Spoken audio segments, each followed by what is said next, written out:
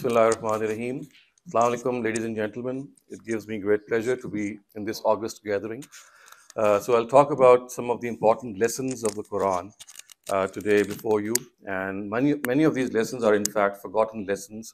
So we need to be reminded of these sessions. But before I start with these reminders and these important lessons from the Quran, one important note that perhaps is befitting at the very start, and that is that what exactly is the relationship of the Quran with the previous scriptures.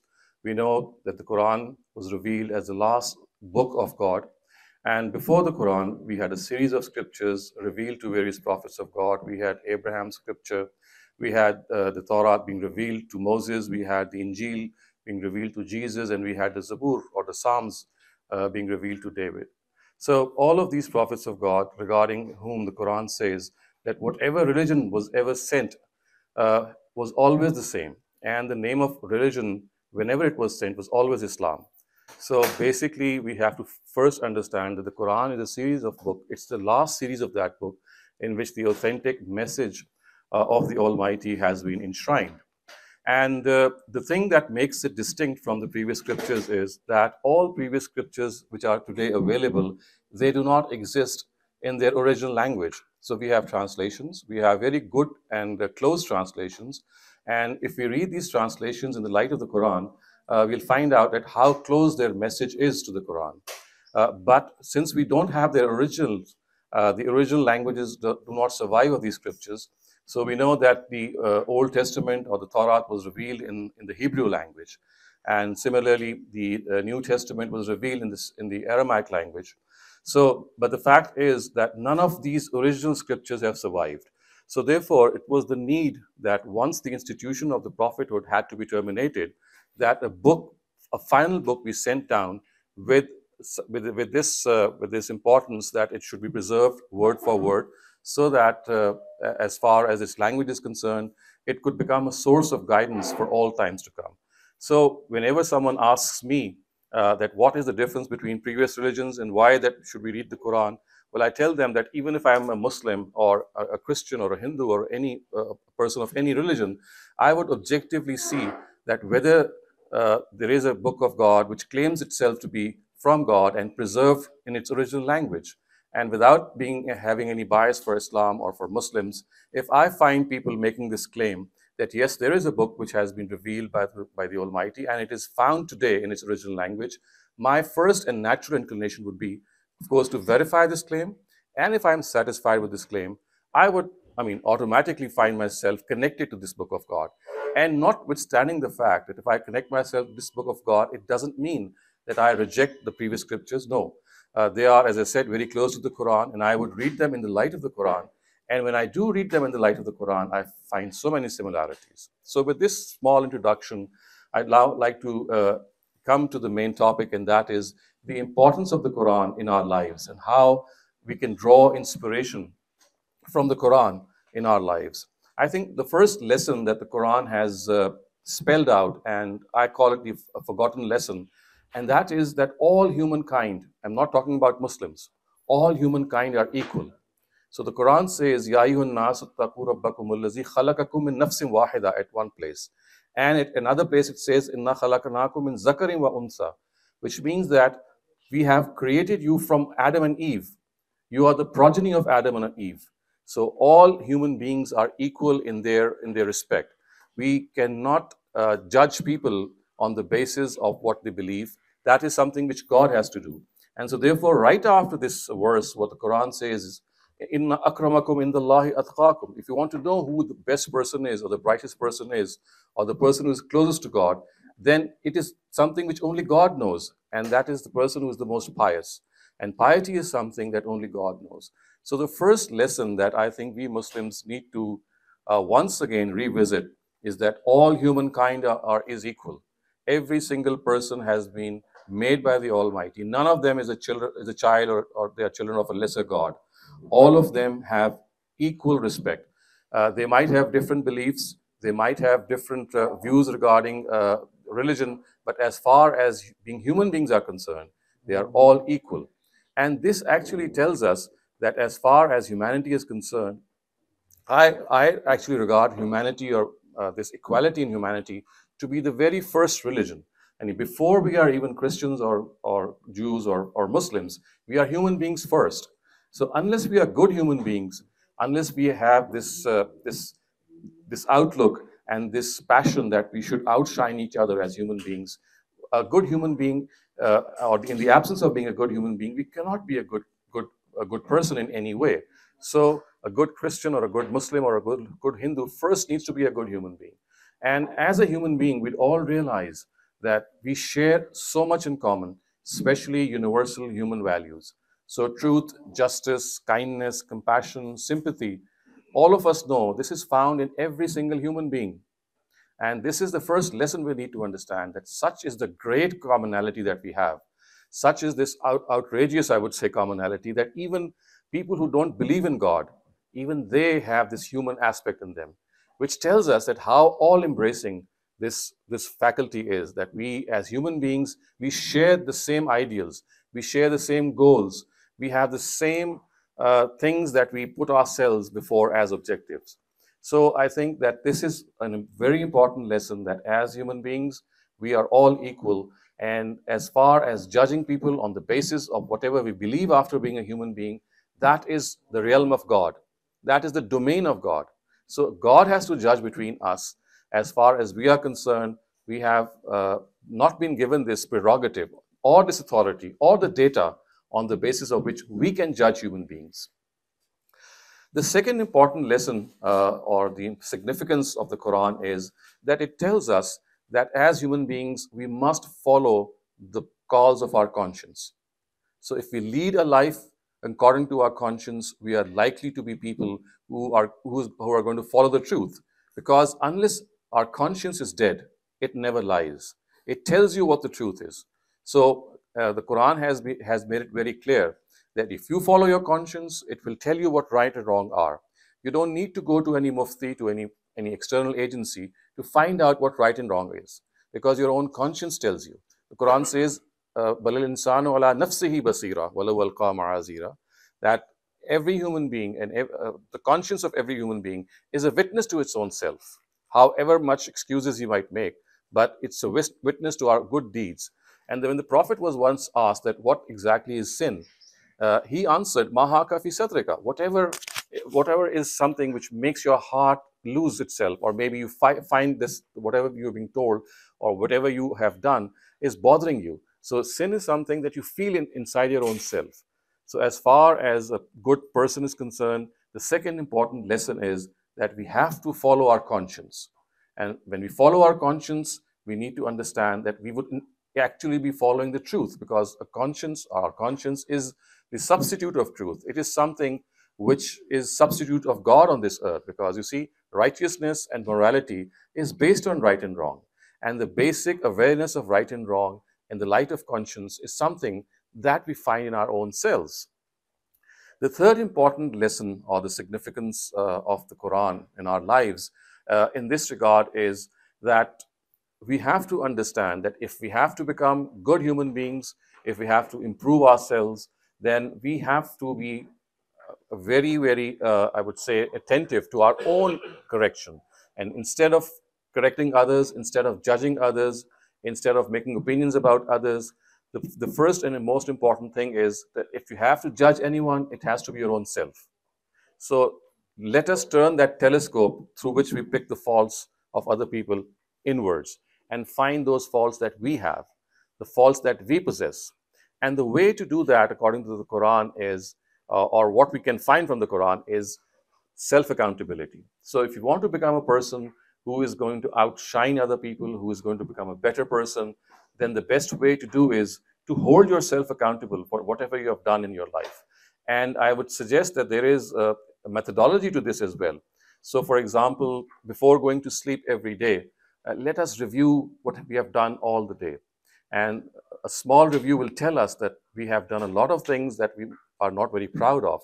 And we would like to make this commitment that tomorrow, inshallah, I'm not going to make the same error. So to review ourselves every day before we sleep is the first step towards that self-accountability. And the second step is that remember that this self-accountability is an ongoing process. It's not going to end. I often think that just as our homes or our houses, they have dust settling in every now and then, and we need to keep on cleaning them. We have to vacuum them, we have to dust them because dust is everywhere. So, very similarly, the dust of sins that keeps settling in our hearts, and we need to constantly purify them, constantly cleanse them. So remember, this self-purification process, this self-accountability process is not something that you're just going to do for a couple of days or maybe a couple of months. No, it's a lifelong process. It's something that is going to end with your life, and it should end with your life, because you have to understand that we are weak people, and every time that we might make a commitment that we'll not do something wrong, more often than not, the next day we end up breaking that commitment. So it's like a constant process that we need to undertake.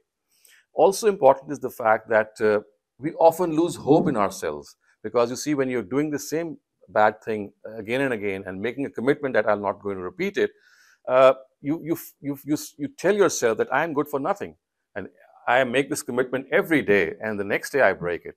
So remember that Satan, his Arabic name is Iblis, and Iblis actually means someone who's lost hope in God's mercy. So what he does is that he makes you lose hope in your own self, and he tells you that you're good for nothing. You make this commitment and you break that commitment, and therefore it's no good. And if we fall for this trap of Satan, what we do is that after a couple of days of making these commitments, we just say, okay, I cannot go on like this. I keep breaking my commitments. Let me stop and do something else.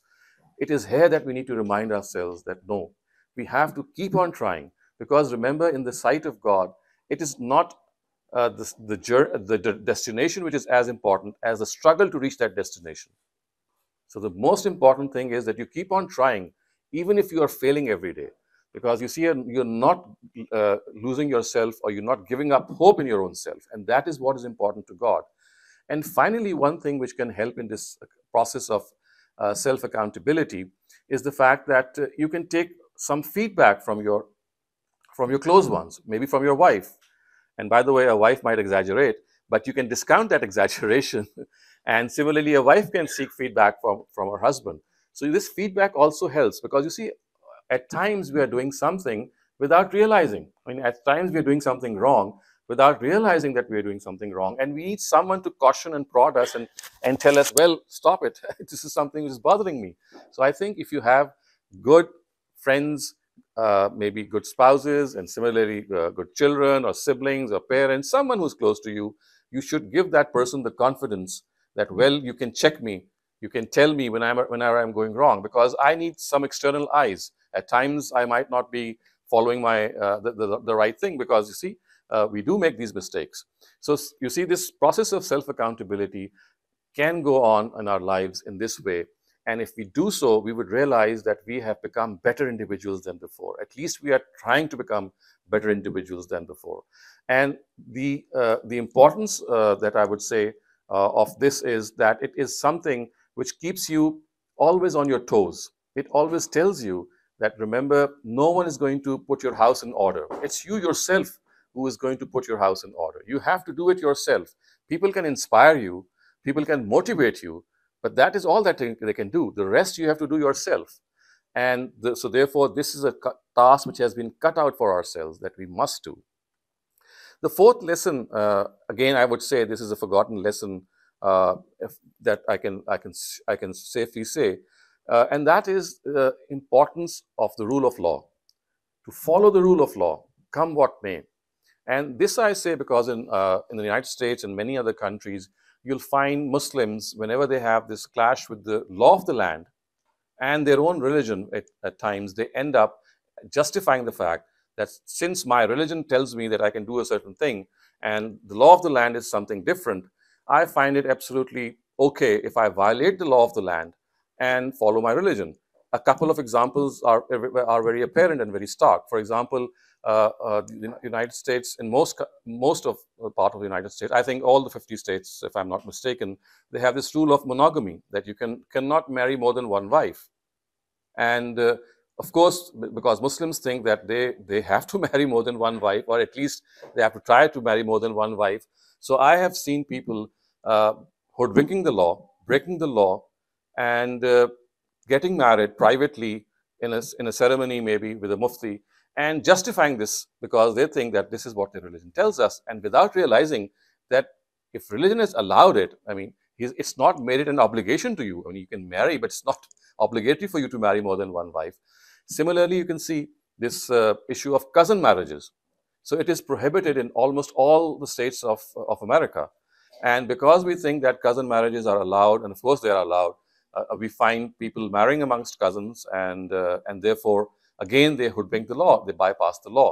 So you see, once again, we have to understand that the guidance that the Quran gives us, and the Holy Prophet himself, I'm going to cite one of very famous incidents, which shows how diligent he was in following the law.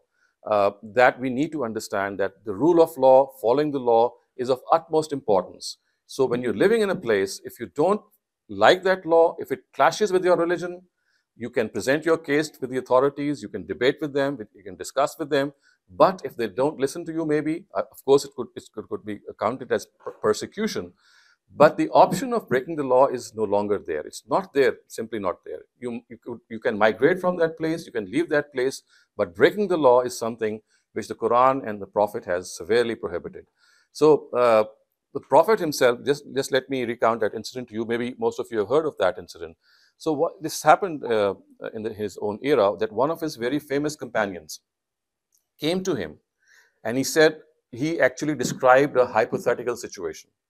He said, look, Prophet Muhammad, if I come to my wife and I find someone with her in a compromising position, should I not chop off his head? Because if I see someone with my wife, my honor would not allow me to remain calm. I'm just going to kill that person.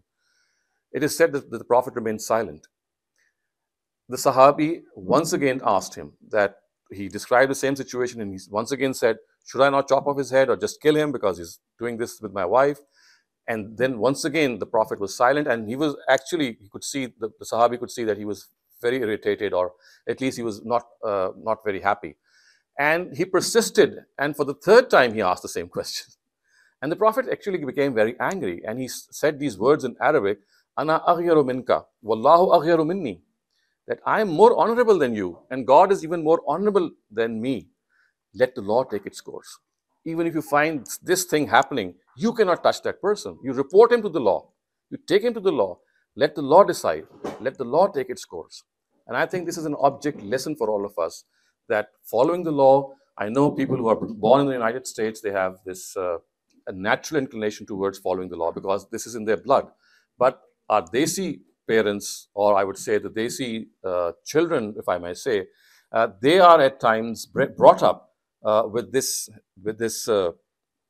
I would say outlook that, well, if you would like to break the law and if it goes against your religion, you have the right to do it. I can also describe a very funny incident that happened in Japan a long time ago when I was in my university years. So one of my class fellows, he was doing he did his engineering from Pakistan, and he went for his higher studies in Japan, in Tokyo. And in Tokyo in those days, this is about 1990. About 30 years ago. So in those days in Tokyo, you could not offer public prayers. There's something had happened, and they had banned public congregations in mosques. So my friend wrote an email to me, and he said that, look what we did. And I asked him, what did he do? He said that we had this Eid prayer coming up, and since the Eid prayer was banned in Tokyo, so what we did was that we hired a gymnasium, all these are men and women, and they pretended that they were going to do some exercise, and they in fact picked up some weights and did some exercise and went to the machines. And then when the authorities thought that, well, they have come here for exercise, they immediately started praying, and they lined up in their safs and they started praying.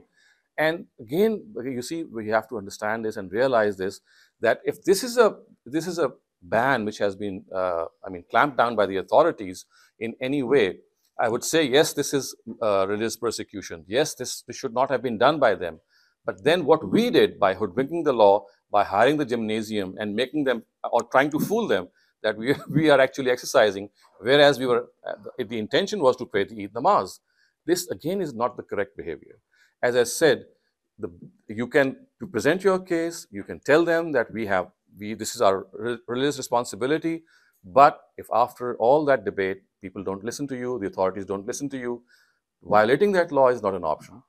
What you can do is maybe migrate from that country. So such is the importance of this rule of law. And I can give you many more examples, I think, and I don't need to perhaps because you all understand that such is the importance of this rule of law that when we're living in the United States as its citizens, you have actually pledged an oath that you will abide by these laws.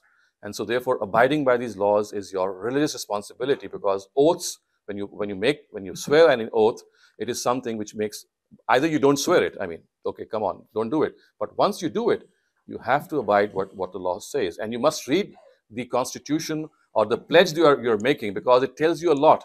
And most of us, we sign that bond without even reading through that what our obligation might be once we become citizens. So this fourth lesson, as I said, is very important, that we have to follow the rule of law. The Quran is very explicit. It says, Atiullah wa atiur Rasul wa ulil amri minkum, that those in authority have to be followed, come what may. Of course, this verse relates to Muslim rulers, but then there are other verses which relate to the fact that once you enter into a bond of promise with anyone, then you cannot break it. And it should not be, you should not, think of befooling others or hoodwinking the law or bypassing the law in any way. Another important lesson that we need to learn from the Quran, and which I would, on a different note, try to explain in this way, that all of us have these ups and downs in life. All of us, we get grieved, we have sorrows, we have pains, we have so many things that at times bog us down. We feel depressed, we feel disappointed. So one thing which the Quran has guided us, and I think it's a beautiful thing that we should follow, it says that the remedy or the antidote to all these grievances, to these sorrows and to these pains is just one, and that is to show gratitude to God. Because what you have been given is so much that it easily outnumbers the deprivation that you might be feeling at that time. And the Quran says, In ta'uddu ni'matallahi la tuhsuha. You keep counting the favors of God, you'll not be able to count them. But look at us human beings, that at a very small thing, a small instance would make us so annoyed or frustrated or unnerved that we would start complaining before God. So if we are passing through these tough times, which all of us do occasionally, one way or the other, one time or the other, and at times troubles don't come singly, they come in clusters. So the antidote to all problems is this, I call this gratitude therapy. Always be thankful to God. Always think what you have. It outnumbers what you don't have. Look at your eyes. Think about people who don't have eyes. There are people who are born blind, they don't know what eyes are, but look at people who lose their eyesight and they gradually become blind. And imagine yourself that if you don't have eyes, and I often suggest my students and my addressees that try doing this blind drill, that close your eyes and start doing what you are doing. If you're trying to eat, if you're trying to change your clothes, going to another room with your eyes shut. And in 2 minutes, you'll realize how big this blessing is. And we have taken it for granted. We've taken it for granted. So please don't take things for granted. A normal human being, look at people who are born in a way, deprived in some way or the other, handicapped in some way or the other. Look at, today we find at least 30% of the world population, not just some country, of the world population living below the poverty line, which means that they don't have these basic necessities of life, which include food, shelter, education, clothing, health. And look at us, that we have, everything available. There are so many countries in the world in which people, when they sleep at night with the meal that they had, they don't know whether they would be able to have the breakfast next morning or what. They don't know that they will have a full meal the next day or not. So you see, these are small things that all of us have. But because of the fact we take them for granted, we always find them that we relish these things, that we forget that these are God's favors, these are God's blessings. And these blessings are some things which we should never forget. So if we start counting our blessings whenever we get depressed, I think that therapy, that antidote, it'll just revive us. It will revitalize us. It will tell us that God is still there for us. He has given us so much. And if He has tried and tested us, then there is a reason for that trial and test, which brings me to my next point, which the Quran discusses. And that is the trials that we face themselves, we have to understand that these trials from God have a lot of wisdom in them. And the Quran actually tells us that at times we despise something. We don't like something that has happened because it has happened out of our expectations. Whereas God had planned that thing to happen for you. So the Quran says, Asa an takrahu shayyan wa huwa khairul lakum, wa asa an tuhibbu shayyan wa huwa sharrul lakum. Which means that at times you don't like something. Why did it happen? But God has a grand plan for you. And ultimately, that bad thing which you thought was bad, it, it melted down and some good emerged from it, and vice versa as well. So you see, at times these trials, they come in this garb that they push you towards the right direction. These trials, these tests, and I think at hindsight, whenever we look back in our own lives, we can gather that there's so many instances in which we were expecting this to happen, but that never happened. And we were pushed to one other direction. And later we realized that this was the better option. And God had planned much better than what we were planning. So you see that these trials in life, these tests in life, we have to understand that they come for a reason. And in fact, the Quran tells us that this world and this life is something which God has created to try and test our mettle. So one thing that we have to understand is that these trials at times in the form of adverse currents, they are meant to take us even higher. How? I think you would all agree that whenever we pass through a trial, we become stronger than before. We have more resilience than before. Why? Because you see, there are some reserves which we have certain potentials which can only be put hands upon or which can be gathered once the crisis time comes, because they are below the threshold. We don't even realize we have those traits. So in crisis time, what happens is that some of the traits that were not being utilized in normal times, because these were the traits that had to come to the surface in times of crisis. So what happens is that those crisis time traits, they come to the surface and they prepare you to become a better human being.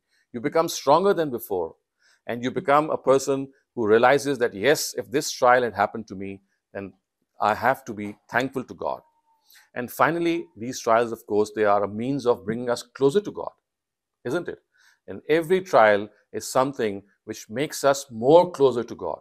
We realize that, in times of comfort and luxury, we might not remember God as much. But in times of trials, in times of tribulations, we always turn to Him. So you see, this is a positive thing, that you get this chance to come closer to God. So this is what is called sabr by the Quran, and the correct translation into English of the word sabr is perseverance, is steadfastness. It's not patience, it's perseverance, which means that you accept this as something which has come from God, but at the same time, you're not frustrated. You take up the challenge. It's like throwing the gauntlet. You take up that challenge and you say, yes, if this is the trial that is being thrown to me, I'm going to prove equal to it. I'm going to face the challenge and show that I'm going to pass through this challenge. And then the Quran says one important thing. It says that if you have to persevere in the path of God, in the cause of God, the Quran says, "Wama sabruka illa billah." That this perseverance, this steadfastness cannot be achieved unless you have a strong connection with God. And that is something which I'm just going to explain. But remember, this perseverance, this sabr, is something that can only be achieved if you have a very strong connection with God. Another important lesson that I would like to draw your attention towards is the concept of charitability in the Quran, of being charitable. I find that the most easiest way to be charitable is to spend. I mean, you just need to look at your pocket, whatever you have, you just give away. I think that is an easy way out. More difficult thing in being charitable is to give time to other people, is to look after them, is to be patient with them, is to have that charitable attitude, to have that charitable behavior. And remember, there are people all over the world who are who have a lot of self-esteem, who have a lot of self-honor. They'll not come to you and ask you for their needs. It is we who have to identify them and go to them, because it is they who are not going to come to us. We need to go to them. So this is a big challenge, because you see what happens is that on most occasions when we see people well dressed, maybe living comfortably, we think that, well, this is a person who doesn't need any help. But a minute examination or slightly more detailed analysis would reveal that, well, this person, he might seem to be very well dressed, he might seem to be living in a very comfortable environment, but he is inflicted with this and this and this, and he needs our help. He needs our emotional support. He needs that we go to him and talk to him and tell him that we are there for you. So you see, this charitability, this being generous to other people. Of course, as I said, generosity is something which you can always do from your pockets. But I feel that this is the easiest way. More difficult way is to give your time, give your energy, give your skill, sit with that person, and let the person feel that you are there for him. And that person could be anyone. He could be a colleague, he could be a friend, he could be a relative, anyone. But we have to spot that person, because you remember, people who are going to come to you and ask for help, of course, you can verify and then help them. But what about people who would not come to you? And there are, as I said, a significant number of such people in our society. So let us tune ourselves, our antennas, our eyes, our ears have to be sensitive to such people who are not going to come to you. And the Quran says, La yas'alun nasa ilhafa. They are people who are not going to beg you. They are not going to simply have that expression. It's we who have to go to them.